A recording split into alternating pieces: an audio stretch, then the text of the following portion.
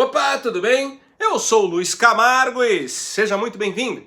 Pessoal, algumas pessoas me pediram para comentar um vídeo do Bernardo Kister em que ele critica o Bolsonaro por ele ter ido na Igreja Universal e ter recebido lá uma oração do Edir Macedo. Na verdade, o ponto específico do vídeo que incomodou aí algumas pessoas foi o Bernardo ter falado que é pecado um católico frequentar cultos protestantes. E como todos sabem, apesar da primeira-dama ser evangélica, o Bolsonaro se diz católico. Sendo assim, ele estaria cometendo um pecado ao participar de um culto na Igreja Universal. E é de se esperar aí que alguns protestantes ficassem mesmo ofendidos com essa afirmação do Bernardo. Tanto que alguns inscritos aqui do canal tentaram me botar pilha para que eu fizesse um vídeo resposta criticando essa fala dele. Até porque quem me acompanha há mais tempo sabe que eu sou protestante. Bom, eu sou inscrito no canal do Bernardo. Não o conheço pessoalmente, mas acho que ele faz um trabalho extremamente importante aqui no YouTube.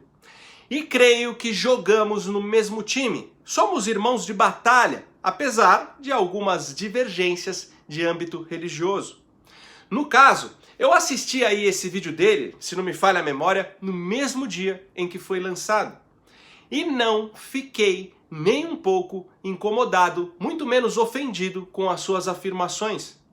Ele é católico fervoroso e, como tal, defende com unhas e dentes os seus preceitos doutrinários e está certo em fazer isso.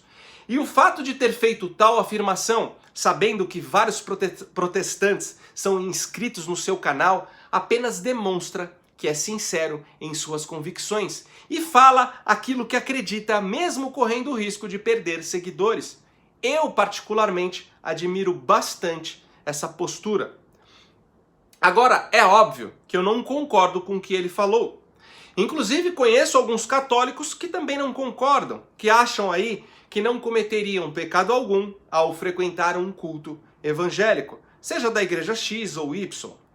Mas aí você pode me perguntar o que eu, Luiz, acho do presidente ter ido na Igreja Universal.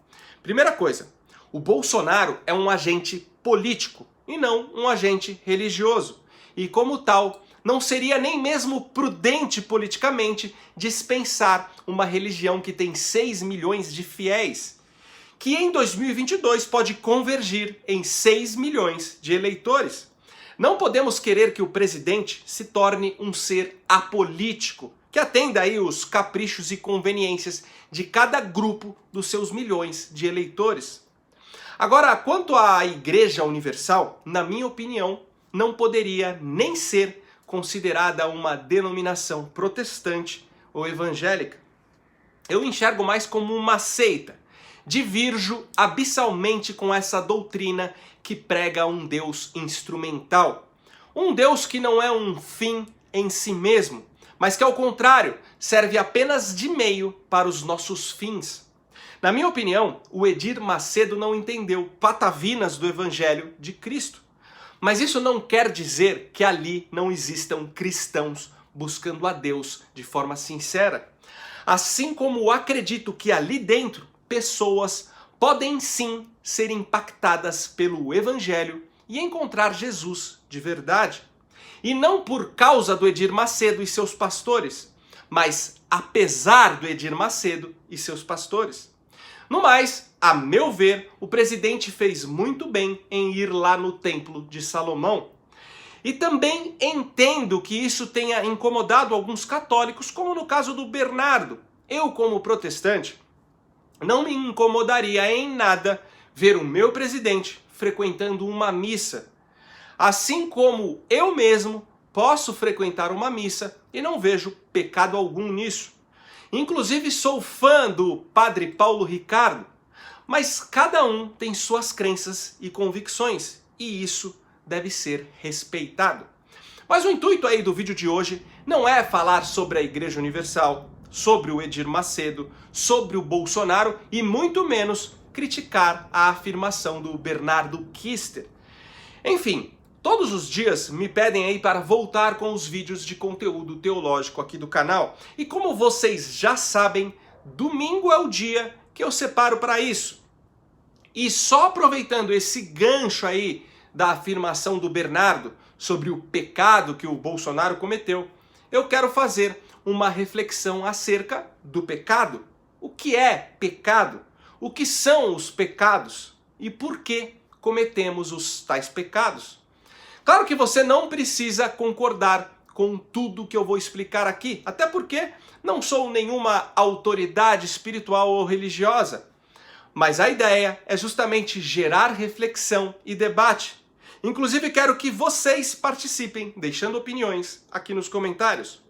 Mas antes de entrarmos no tema de hoje, já deixa o seu like no vídeo para ele ganhar relevância. Confere se você continua inscrito no canal. Confere se o sininho das notificações está ativo. E se for novo por aqui, me dá essa moral e se inscreva no canal.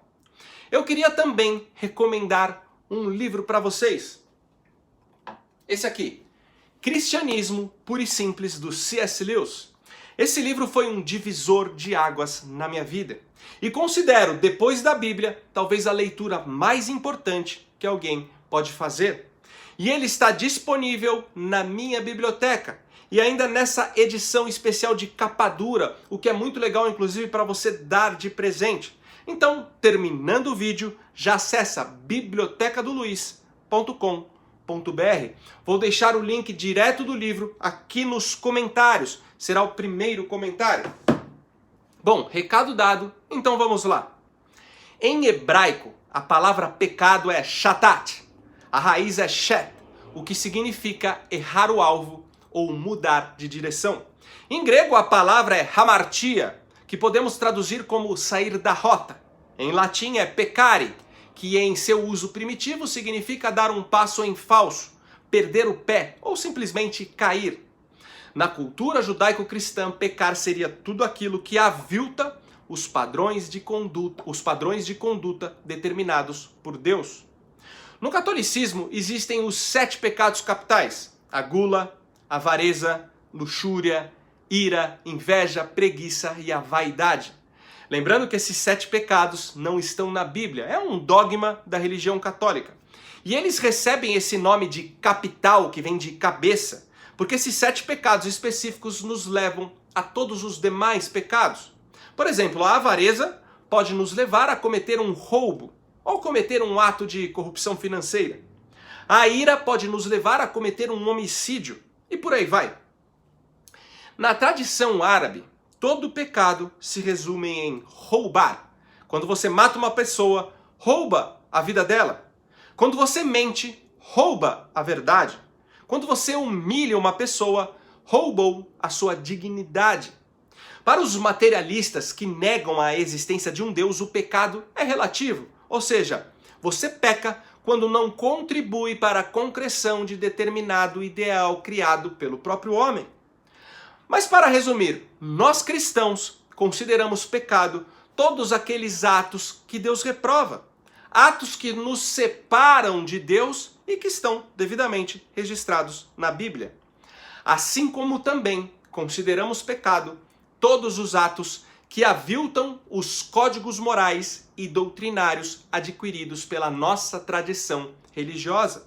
Como no caso do Bernardo, que crê que seja pecado um católico frequentar uma igreja protestante. No entanto, à luz dos evangelhos, toda essa compreensão de pecado, apesar de não estar errada, é um tanto quanto rasa, porque aponta para aquele conceito do Velho Testamento, onde pecado significa apenas errar o alvo, pisar na bola, dar mancada. Mentir, matar, roubar, adulterar, sentir inveja, na verdade são atos imorais, e todo mundo tem uma noção básica de princípios morais. Tanto o ateu como o mais erudito religioso sabe quando está prejudicando alguém em benefício próprio, ou quando exerce aí uma conduta reprovável. Pois a noção de moral está registrada no íntimo de cada ser humano, independente da religião e independente até mesmo dos códigos morais convencionados socialmente, de acordo com cada momento da nossa história. Mesmo aí na mais tenra idade, todo mundo tem uma certa noção de quando está aviltando sua consciência moral. E na minha opinião, essa consciência prova que viemos de um Criador, que registrou em nosso espírito preceitos de conduta e ao mesmo tempo nos deu livre-arbítrio para segui-los ou não. Sendo assim, todos nós somos seres ambíguos. Temos em nosso íntimo o bem e o mal, um conflito perene entre a virtude e a intemperança. E é exatamente por essa ambiguidade que o pecado, segundo o entendimento aí do Evangelho de Cristo, penetra uma camada muito mais profunda. Jesus afirmou no Sermão do Monte que se formos tomados por um sentimento de ódio por alguém, já cometemos um homicídio. Se apenas desejarmos em nossas mentes a mulher do próximo, já cometemos um adultério. Sendo assim, segundo Jesus, o pecado não se reduz às atitudes reprováveis que cometemos todos os dias, mas é algo ontológico, ou seja, o pecado faz parte da natureza humana. Somos pecadores desde a nossa concepção. Já nascemos pecadores, pois apesar de sermos indivíduos, a humanidade é uma só, onde cada um de nós é o resultado daqueles que nos antecederam e que em uma cadeia retroativa levaria ao primeiro casal, que lá no Éden usou do livre-arbítrio para trilhar um caminho separado de Deus. Então somos ladrões, mentirosos, adúlteros e homicidas. Todos nós possuímos essas pulsões malignas. Só que o meio em que vivemos, a educação que recebemos, nossas experiências religiosas, ou mesmo as leis dos homens com as devidas punições, nos fazem refrear certas atitudes que externam essa condição maligna latente em nossas almas. Apesar aí de sentirmos ódio, nem todo ser humano sai por aí matando. Um homem pode ficar atraído por uma mulher casada, mas isso não significa que necessariamente ele irá tirar esse desejo do seu imaginário e concretizá-lo. Só que também é verdade que nem sempre conseguimos ser fortes o suficiente para reprimir nossos ímpetos ruins. Pode ser aí que semana passada tenhamos mentido para alguém ou sentido inveja, nem aí que por um breve momento. Quer ver? Faça um teste rápido. Imagina comigo uma situação hipotética. Imagina se tudo que se passa na sua cabeça, seus desejos e pensamentos mais íntimos, fossem transmitidos em um telão e todos que fazem parte do seu círculo social pudessem assistir. Isso seria, no mínimo, trágico. Faça um teste real agora. Experimente ficar um mês, aliás, uma semana só, fazendo apenas o que você considera moralmente correto. Não se decline nem em atitudes ou mesmo pensamentos que sua própria consciência reprova. Durante esse teste, você compreenderá uma verdade incontestável. A de que nenhum homem sabe realmente o quanto é mal até se esforçar muito para ser bom. Com tudo isso, chegamos à conclusão que o pecado não se limita à atitude ou a atos, e sim à nossa condição humana. E nada que fizermos em nossos próprios esforços faz com que se reverta essa situação. Compartilhamos aí da mesma natureza de Hitler e de São Francisco de Assis. E se a partir de agora, todos os dias, levarmos uma vida altruística, nos mudarmos aí para a região mais pobre da África e vivermos como voluntários para uma causa humanitária, de fato, contribuiremos aí para um mundo melhor. Mas isso não nos livraria dessa nossa natureza pecadora. Por isso Deus só pode nos redimir perdoando quem nós somos muito antes de perdoar o que fazemos. E a única forma de fazer isso é através da sua graça. E podemos definir a graça como amor inexplicável, favor imerecido, gesto sem aprovação anterior ou ulterior, solidariedade de Deus para com a alienação humana, ou pacto sem nenhuma lógica que o fundamente. Eu posso dizer que a graça é a própria natureza de Deus, que é amor, e o amor só pode ser expressado através da graça. E não conseguimos entender direito essa lógica divina, pois ela fere todo o senso de justiça que compreendemos, por justamente não nos tratar conforme o que merecemos. Por muito tempo, a religião ensinou o homem a parar de externar sua maldade interior usando a lógica do medo. Medo de cometer um deslize e ser punido pela severidade de um Deus castigador. Mas acontece que ninguém, com medo ou sem medo, consegue deixar de errar. Afinal, como nas palavras do próprio Cristo, que atire a primeira pedra aquele que não tiver pecado. Mas o homem pode ser uma pessoa melhor, sim, e pode paulatinamente ir deixando de praticar os atos reprováveis que são justamente os frutos de uma natureza ambígua, onde o mal e o bem andam de mãos dadas. Só que não é o medo o agente que nos conduz à virtude, mas sim o extremo constrangimento. O constrangimento a qual somos submetidos quando percebemos o quão desprezíveis nós somos e olhamos para um Deus que, sendo santo, se rebaixou à estatura de homem e se entregou em uma cruz em nosso lugar, para que essa nossa natureza fosse condenada de uma vez por todas e assim fôssemos aprovados. Não mais segundo nossos atos e merecimentos, e sim segundo o seu amor que não conhece limites e nem escolhe pessoas. E por hoje é isso aí, deixa aqui nos comentários a sua opinião, compartilha ao máximo esse vídeo e não esquece de entrar na minha biblioteca e adquirir o Cristianismo Puro e Simples do C.S. Lewis, bibliotecadoluiz.com.br. E se puder ajudar a manter esse canal em plena atividade, contribuindo com qualquer valor, o link do nosso Apoia-se está aqui na descrição. Então até o próximo vídeo, valeu!